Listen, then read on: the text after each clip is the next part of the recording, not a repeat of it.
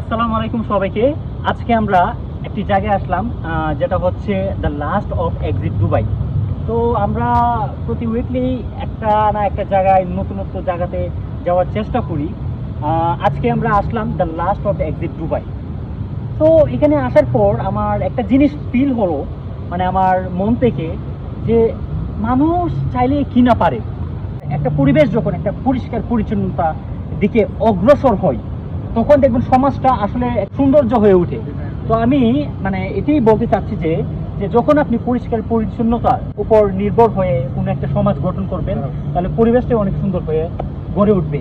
তো যেমন এই পরিবেশটা দেখেন, এভাবে সুন্দর ক্লিন আমরাও রাখতে পারি চাইলে। দেখেন আপনারা এদিকে সব দিকে দেখলে একটা ময়লাও পাবেন না।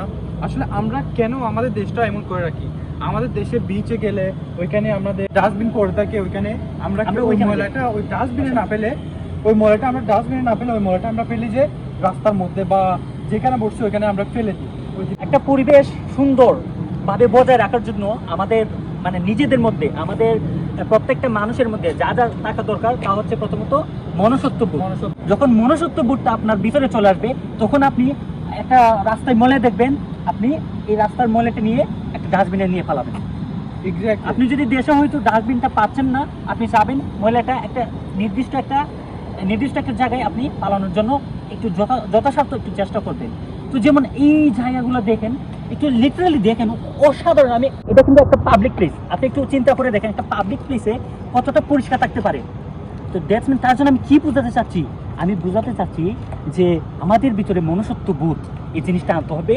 আর আমাদের সরকারকেও একটা পরিকল্পনা, নির্দিষ্ট একটা পরিকল্পনা নিতে হবে যে যে একটা সমাজ কিভাবে গঠনমূলক করতে হয়, কিভাবে পরিষ্কার পরিচ্ছন্ন থাকতে হয়, কিভাবে কোন জিনিসটা কোথায়, কোন ময়লাটা কোথায় পালাতে হবে, এই জিনিসটা আমাদের রাখতে হবে। আর বিশেষ করে আমাদের পারিবারিক শিক্ষাটাও থাকা দরকার সব জায়গায়, সব ক্ষেত্রে। বিশেষ করে আমি রানা ভাইকে আজকে আমি এখানে নিয়ে আসলাম এই জায়গাটাতে। আমি কতটা ক্লিন, যেহেতু আমরা আজকে ক্লিনিং নিয়ে মানে ভিডিওটা বানাবো, যে মানুষদেরকে সচেতন করার জন্য, পরিষ্কার পরিচ্ছন্ন থাকার জন্য যেহেতু এই ভিডিওটা বানাবো, এটার মাধ্যমে হয়তো অনেক মানুষ অনেক কিছু শিখবে। আচ্ছা জুবাইর ভাই, আমি আপনাকে কিছু প্রশ্ন করতে চাই। ক্লিনিং এর ক্ষেত্রে এখানে সরকারের ভূমিকা কতটুকু আর জনগণের ভূমিকা কতটুকু, এখানে কি মনে করেন? এখানে জনগণের ভূমিকা কিচ্ছুই নেই, এখানে সবই 100% সরকারের ভূমিকা। না, আমি মনে করি এখানে জনগণের অনেক 80% ভূমিকা জনগণের। কি কারণ আমার সরকার এসে তো আমার ঘর পরিষ্কার করে দেবে না। আমার ঘর আমার নিজের পরিষ্কার রাখতে হবে। এখন আমি যদি একটা ময়লা যদি আমি ওইখানে না ফেলাই, আমি যদি আমার জাওয়ালা ড্রাম খালি, কিন্তু আমার জাওয়ালা ড্রামের আশেপাশে ময়লা পড়ে রয়েছে, এটা তো আর সরকারের দোষ না ভাই, এটা জনগণের দোষ, এটা আমার দোষ। ভাই দেখেন, আপনি আপনার থেকে আপনি রাইট আছেন, আর জুবের ভাই থেকে রাইট আছে। কেন আমি বলছি, দেখুন, আমাদের সরকার যদি ঠিক পরিকল্পনা না নিতে পারে, আমরা আমরা হাঁটতে কথা বলি না, সমস্যা নাই। আমাদের সরকার যদি ঠিক পরিকল্পনা না নিয়ে জনগণদেরকে যদি উপদেশ না দিতে পারে, তাহলে আমরা জনগণরা আসলে আমরা ঠিক থাকতে পারবো না।